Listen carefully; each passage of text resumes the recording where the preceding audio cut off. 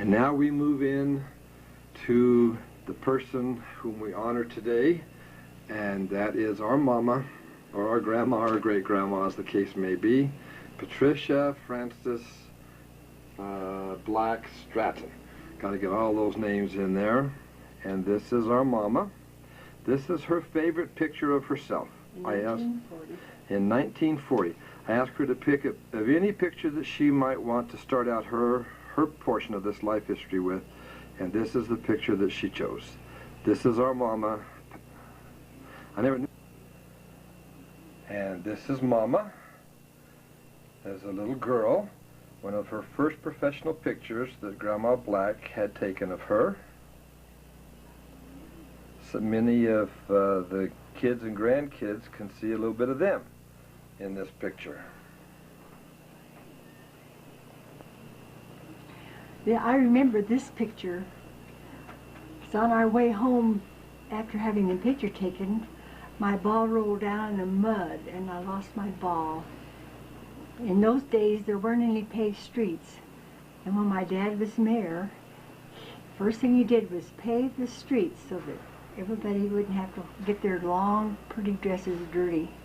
He'd sit at his desk fixing watches and look out the window at the street corner, and everybody walking in the mud. And he says, I'm going to pave the streets in Winslow. So when he was mayor, he did that. And he made the first swimming pool here in Winslow. He said the kids need a place to swim in the town instead of going to the creek. So he as mayor, built the swimming pool, and I was the first one in it. And this is our mother's first birthday party. She's 2 years old. Can you pick out which one is Mom? Look good. I'll show you Betty. This is Betty right here. That's Aunt Betty right there. I wonder who it is that has the big hat on, eating the big ice cream cone with their tongue licking the ice cream cone. Could that be our mama? Yes. At age 2. And here she is at about age 3 or 4 in her dad's, either it was his first Model T or else it was a Studebaker that her dad had after the Model T. That's her about age 6, right out front with her friends, another birthday party. Mom and Aunt Betty.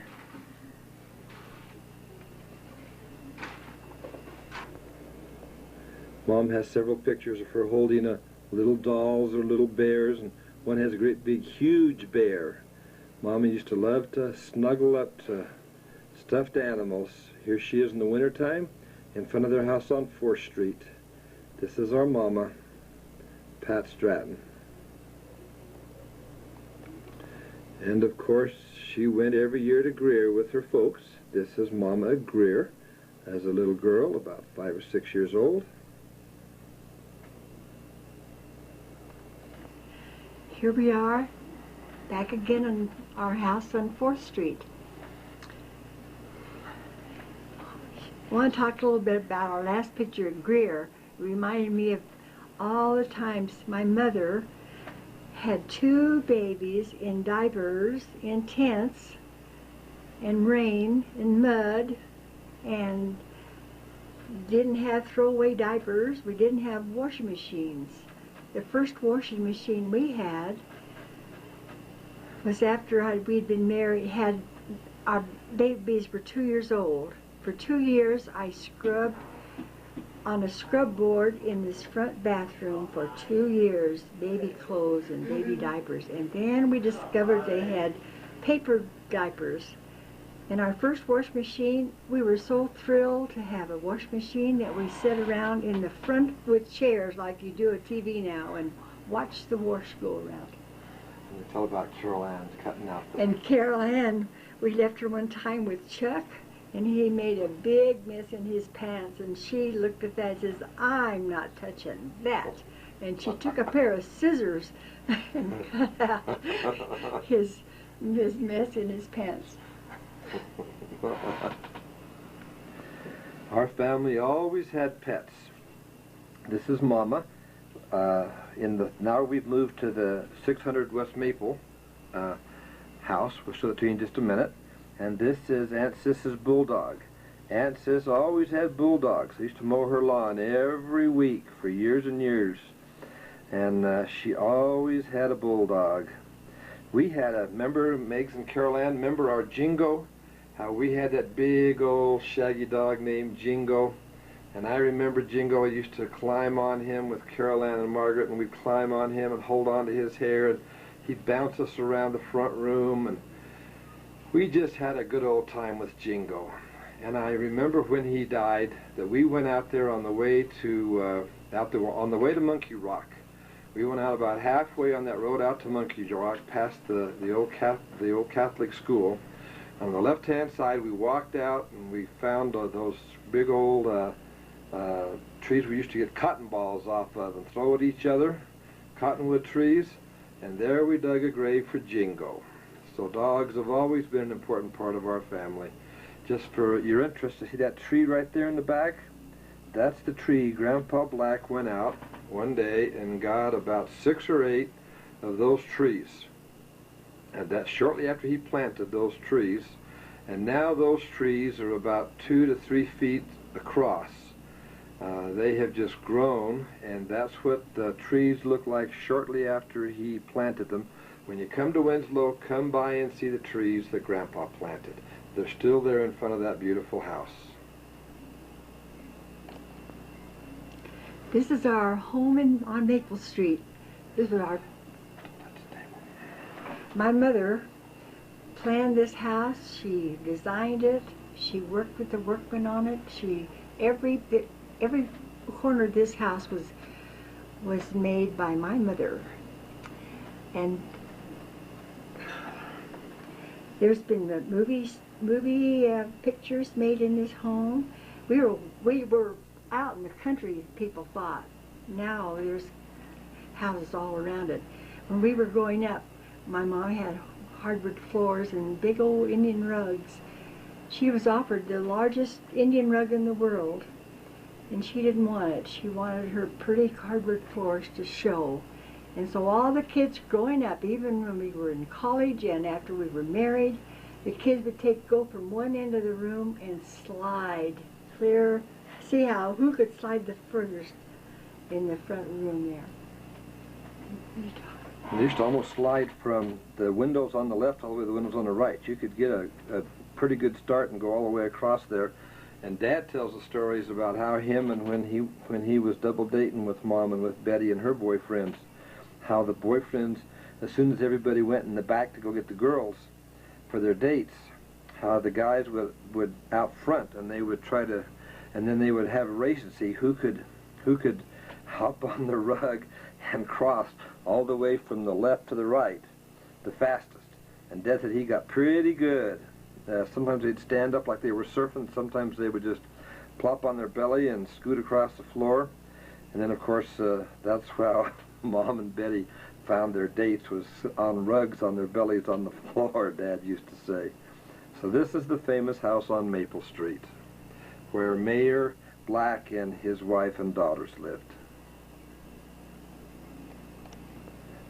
I got to tell you one more quick story. A few years ago, Mom took me in this house, and I have a tape of all this if anybody wants a copy of it. And she took me in this house, ladies let us in, and she showed me right over here. You go in and you go to the left and down the hall just a little bit, and there was Grandma Black made a nook to put the phone in. And Grandma used to say how much time Pat used to spend on the phone as a teenager. And I'll tell you, if you look right there, it looks like that nook, the little shelf on the nook, has been well used. That was Patty and Bet. I wanted you to know that there were a lot of parties there, and all my children played and had birthday parties and grew up in this house, and I was right on that front step the day that I knew that my son Clifford Lee was on his way. Clifford James. Clifford James. And my grandson Clifford Lee, excuse me, Clifford Lee. My son Clifford James. And Carol Ann had her first birthday party there, and she had 7 birthday cakes. And your dad, I dated your dad when I lived in this house. I lived there till I was 22. Married when I was 23, and he'd come in one night. We came in so late, and I was afraid I'd wake up my mom and dad, so I tiptoed in, and something brushed back by my foot, and I thought, what's that? And I thought, oh, it's just my cat. And I walked into my bedroom, and there on my bed was my cat, sound asleep. I thought, oh, what was that in the living room that came across my foot? And I came, and there was another cat. My mother had thought my cat had run away, so she picked up, said, Pat's cats run away, and she brought home another cat. And here's Mama with Aunt Betty. And boy, doesn't Aunt Betty have Jim Parks's, didn't Jim Parks get his mama's eyes? Isn't this a beautiful picture of the two sisters? And oh, how they loved each other. They always held together for everything. After a while, we're going to read the letter where Aunt Betty asked Mama to be her bridesmaid of honor at her wedding. So they were very, very close sisters. And Mama, at this time, was just finishing up going to Washington School, and that's still here, by the way. And then she went to Wilson School for junior high school, which is gone. The high school has expanded and taken in that, what used to be the Wilson School. But I attended Wilson School, so did Meggs, and so did Carol Ann. And then into Winslow High School. And so this is a picture of Mama in her later, just before junior high school. This is a special picture because I want you to notice her hair. See how when she was a young lady, how and notice that she's wearing overalls and pants. Mother loved to be out and rowdy and do all the things that any boy or girl could do. And so her mother kept her with bobbed hair because it was easy to take care of. It was easy to get the dirt out and wash. And while many little girls were out dressed in little fancy dresses and frills, and Grandma did that to Mom too, I think Mom wanted to dress more like this when she was that age. And in fact, Grandma Black told me the story one time about how she teased our Mama. Our Mama wanted to go out and be able to climb trees and stuff that the boys did and play the sports that the boys played. And Grandma would try to dress her up with frilly stuff and make her look like a little girl. And so one time Grandma got frustrated, and she said, Pat, if you want to be a boy that bad, you just go behind the door that has the mirror on it. If you go behind the door that has the mirror on it and eat a banana, you will turn into a boy. And the next thing she knew, she couldn't find her daughter, and she looked behind the door with the mirror. There was Mom eating a banana behind the door, wanting to be a boy. She loved, and so all of her life she's been in sports, always been active, always kept her body in good shape, always ate right. I think Meggs and Carol Ann will remember the tiger's milk we used to drink when we were in high school. Mom used to fix us, she got a blender, and she used to give us carrot juice and the celery juice. Oh, what a yuck. Carrot juice wasn't so bad. And then from Wayne L. Stratton, she got this powdered stuff called tiger's milk with all the vitamins and minerals. And in fact, in Mom's Patriarchal Blessing, it talks about how she will always eat right and take care of herself. And she has. And this is where it all began, our little Tom girl Grandma Stratton. In this picture, I'm holding my cousin Marguerite. She's just a few months old, and I was 10 years old in this picture, with my bobbed hair. And I loved Marguerite because they let me take care of her a lot. So I just treated her like she was my own little baby.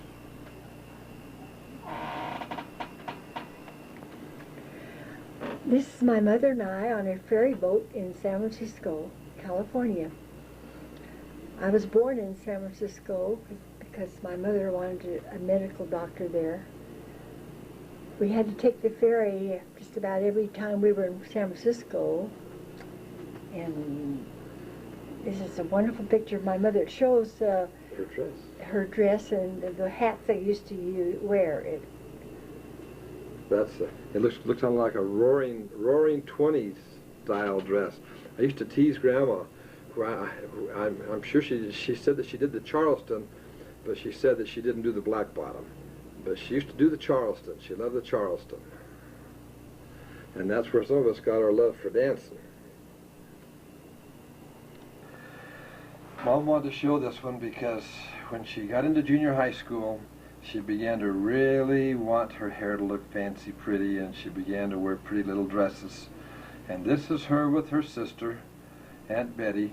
And again, Mom says, as you look at this picture, to look at the resemblance in you and in the black family. There's the hair and the eyes and the chin and the nose. A lot of us have some of those characteristics.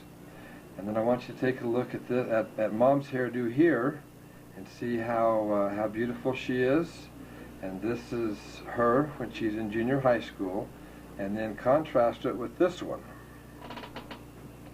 And this is Mom in junior high school when she got all dressed up for a big dance at the Wilson Junior High. I guess we would probably call something else besides that, but it was junior high to our generation. And notice how pretty she's all dolled up. In fact, you don't hardly recognize her from the other pictures we've seen.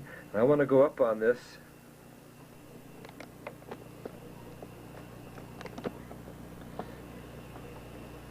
And get her eyes and her face.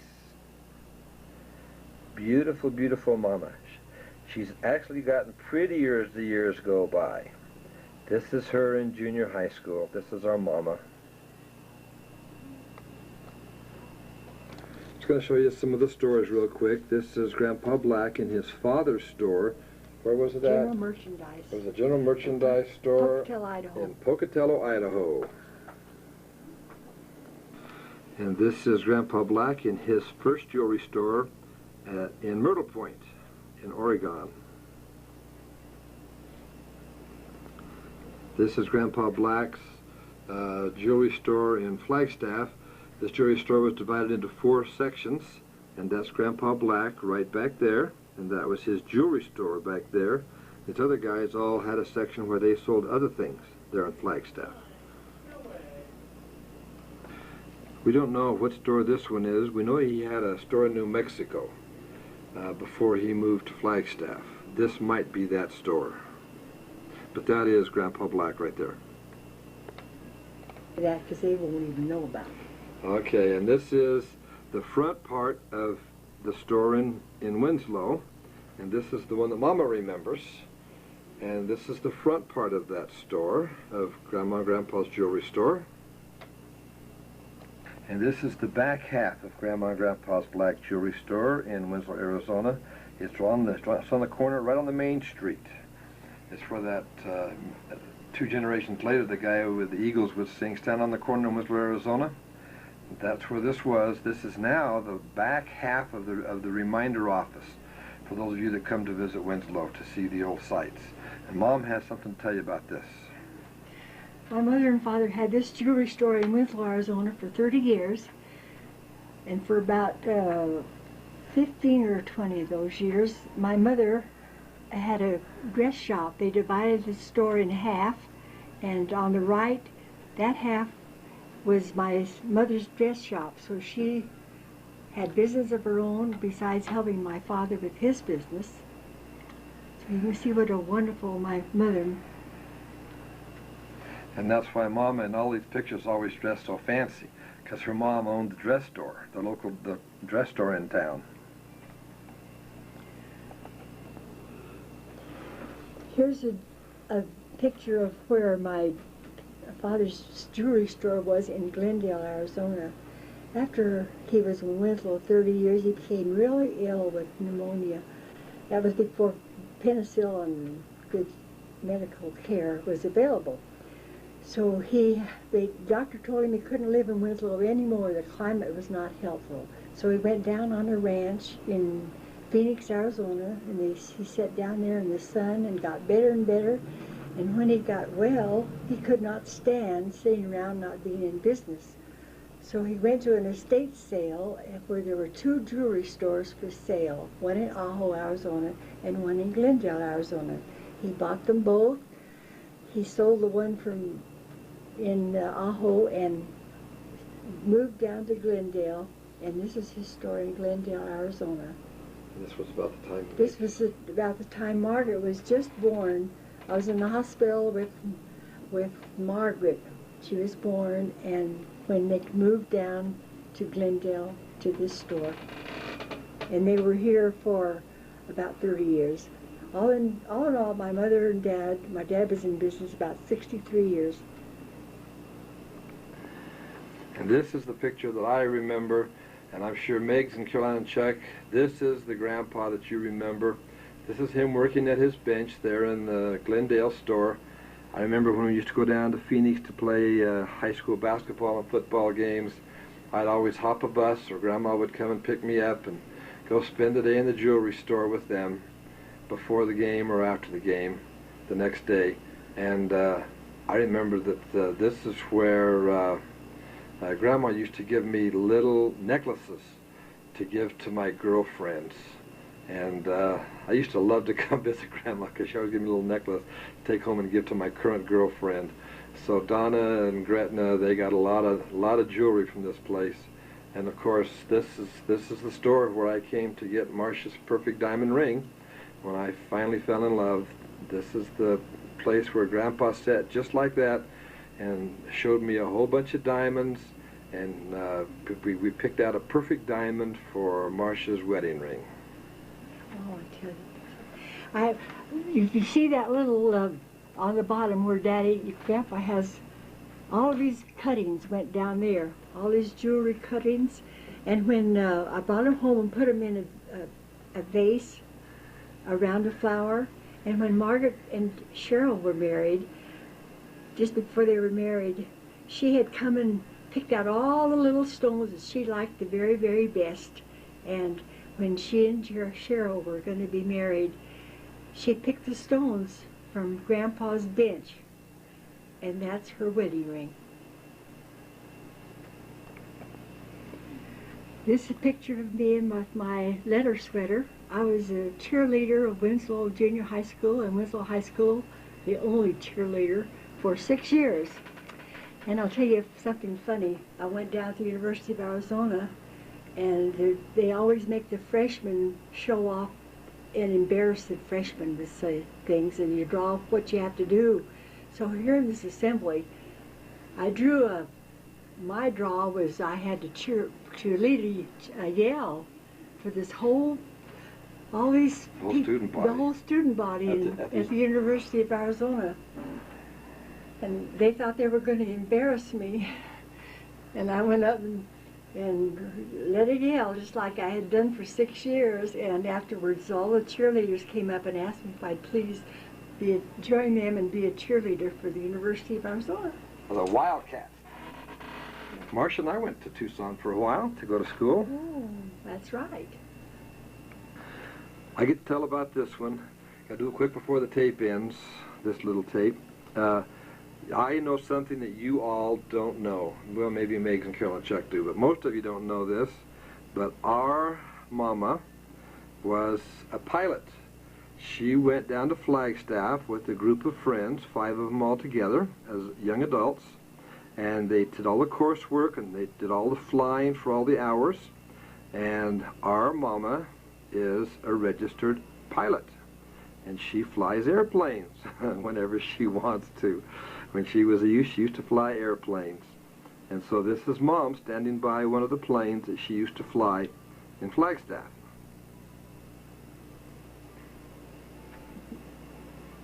Now we talk about one of Mom's favorite topics as a young adult, and that is her swimming.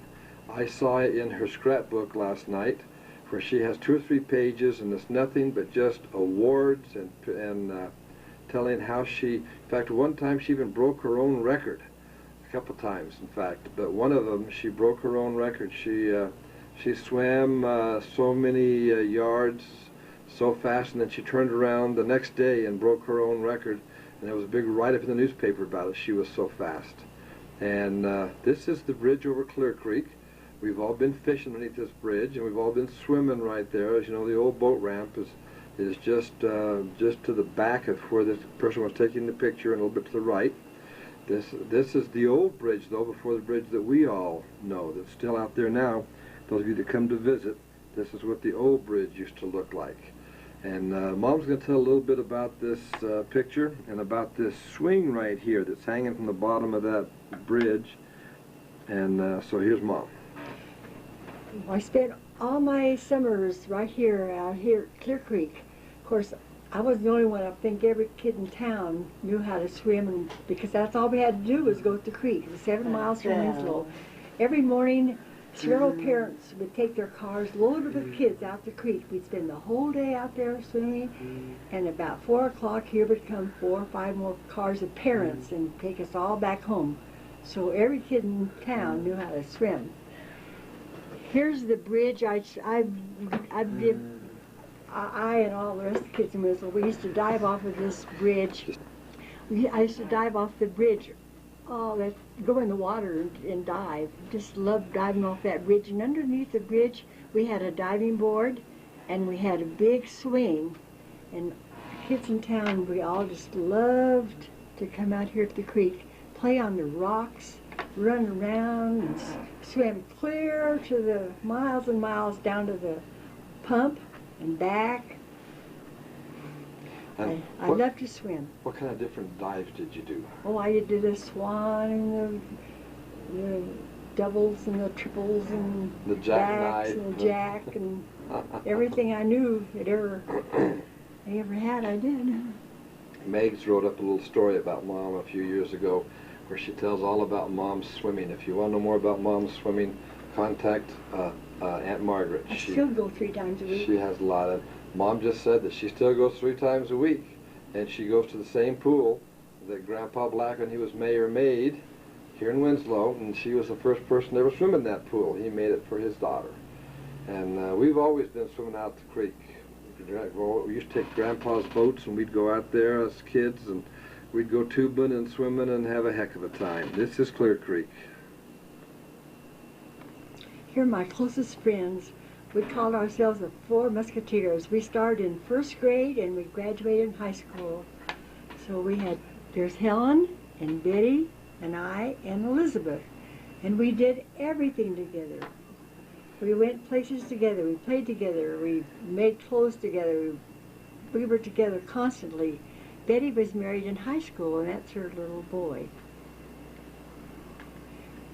And how about after high school? Did you guys And after high school, Helen and I were at the University of Arizona.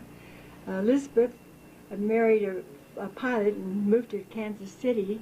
And Betty Jean lived here in Winslow and had 2 more children, and then she passed away.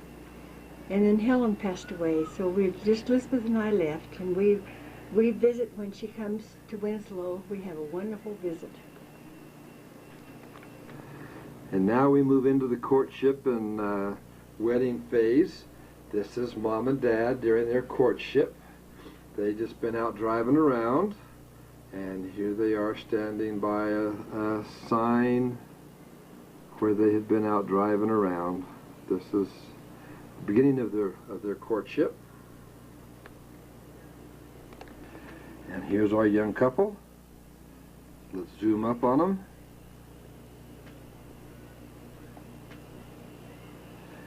And we'll have Mom tell you about how they met and fell in love. I apologize if you've all heard this over and over again, but I love to retell it.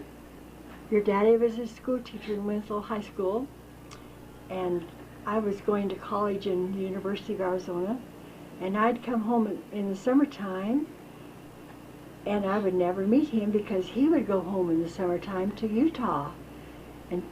And when I went through college, I had to work my way, and I'd work a semester or a year, and then I'd go back to school until my money ran out. So I was going back and forth, and this fall, I was not going back to school, and I went to a dance, and everybody in town was going to the dance, and that's where I met your dad. He came up and asked me for a dance, and I said, well, you can have number 35. He said, I want to dance tonight. I said, okay.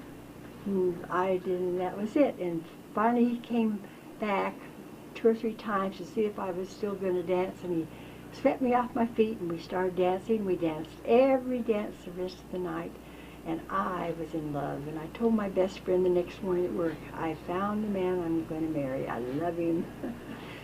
We met in October, and we were married the next July. Arizona Republic. And so here in the Arizona Republic, which was the big newspaper, is the announcement. And it says, Winslow girl is betrothed. It tells all about Mom and Dad and where Dad had gone to high school and where he'd been working and how he was now teaching at Winslow High School. And it tells all about Mom. And this is their official announcement in the newspaper that they were going to get married. Everything had to be done really prim and proper when they got married, because Grandpa Black had been the mayor, and Grandma Black owned the fancy dress shop, and she was one of the ladies of high society in Winslow. She was one of the high society leaders in Winslow among the women. And so this is the announcement that was sent out to everybody, announcing that Mama was going to get married to a guy named Mr. Clifford Stratton. In accordance with that, Grandma Black had a fancy social tea held for her daughter to officially announce her wedding. And Mom wants to tell you a little bit about that. Clifford had given me my engagement ring about a week before, but my mother said I mustn't tell anybody I was engaged till she had the tea announcing the engagement. So I had to wear my engagement ring around my neck. Tell me a little bit about your dress and your flower and the table. Oh, the table was so beautiful. My mother did things so beautifully. Her table was decorated so nice, and this is in the corner in a house on Maple Street. And they both look very, very much in love. Look at those Google eyes. They're not real good friends. And this is the day of the wedding. And let me identify these people for you, and then Mom can tell you a little bit about them.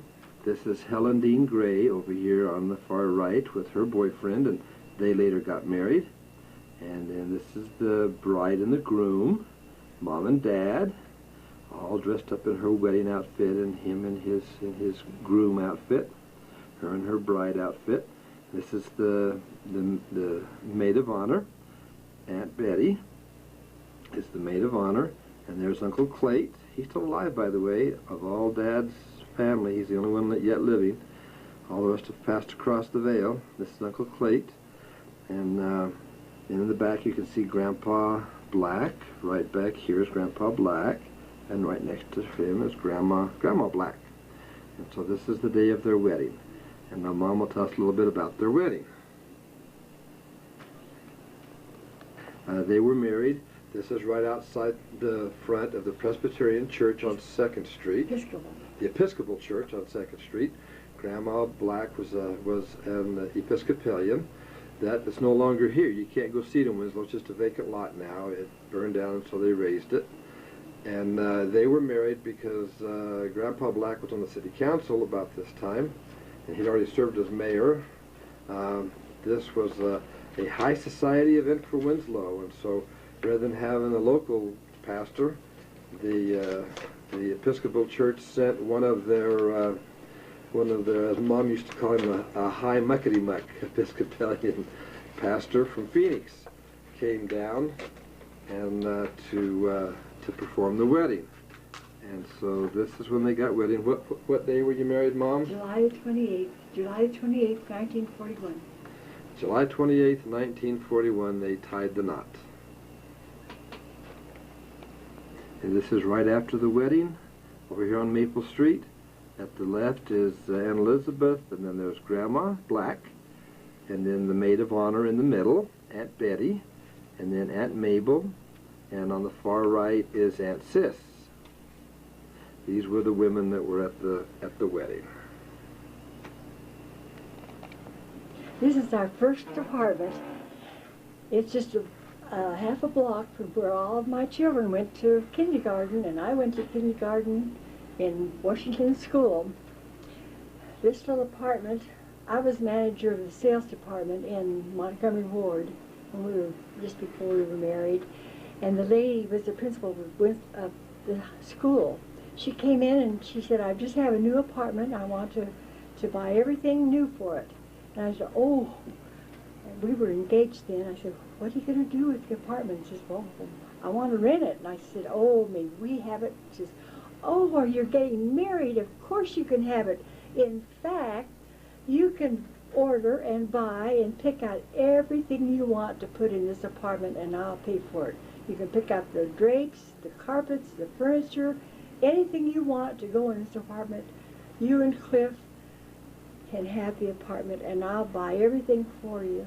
And so this was the little stairs up to our apartment. And that's you. And that's Mom up here at the top of the stairs, just after they moved in. Here's something very special I'd like to share with everyone. On my wedding day, just a few minutes before I was to leave to the church to be married, I was staying in our kitchen on Maple Street, and my sister walked in and handed me this beautiful poem. She had just written it, and it's entitled, To My Little Sister on Her Wedding Day. Today is your day to come forth in glory, though brides for ages have been an old story. According to custom, which rules o'er it all, you're nervous and jittery and so lovely withal. Your face is alight with the glow that you're in. I even caught you in the midst of a grin. You're breathtakingly lovely, though you think you're a sight, and all of your sweetness comes forth like a light. You're bound to be happy from the look in your eyes, so nervous yet calm, naive and yet wise. As brides through the ages have been ever so, you're excited and happy, and he loves you so. All of us smile with a prayer in our hearts, for the best of all things must be yours from the start. With all my love, Bet. That wonderful?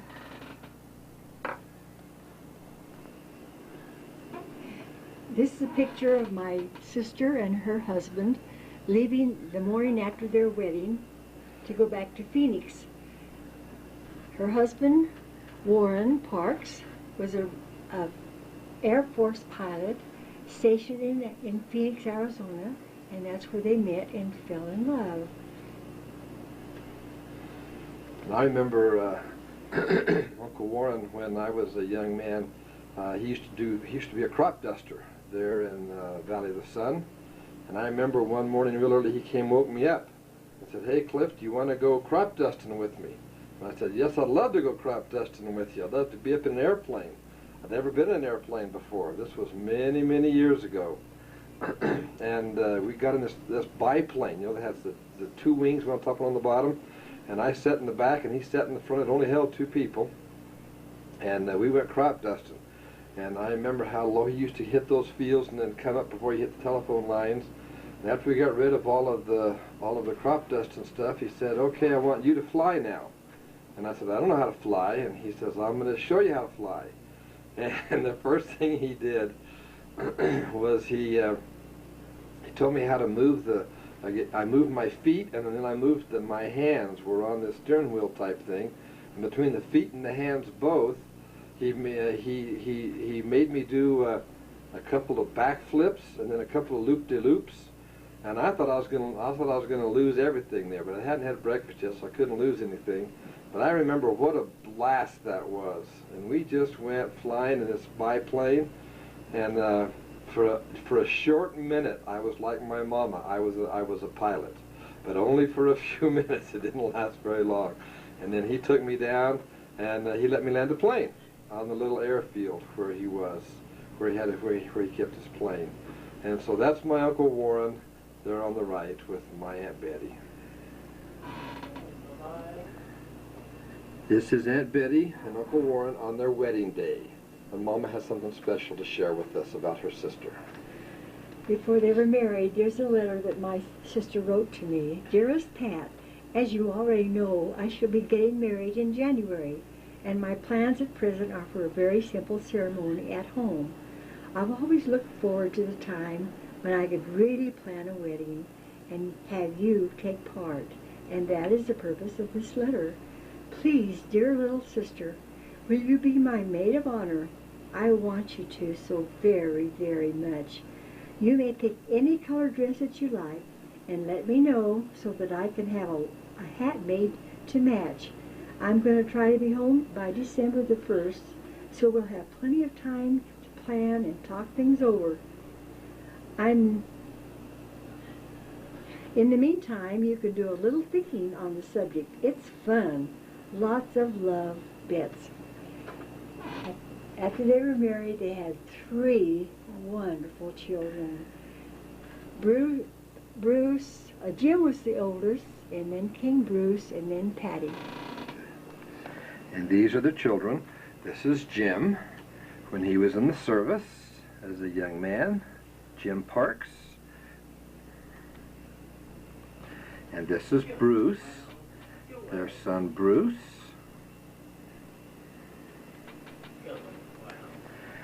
And this is Jim Parks. He's a rancher up in Flagstaff, and that's his daughter, and she's named Betsy after his mama.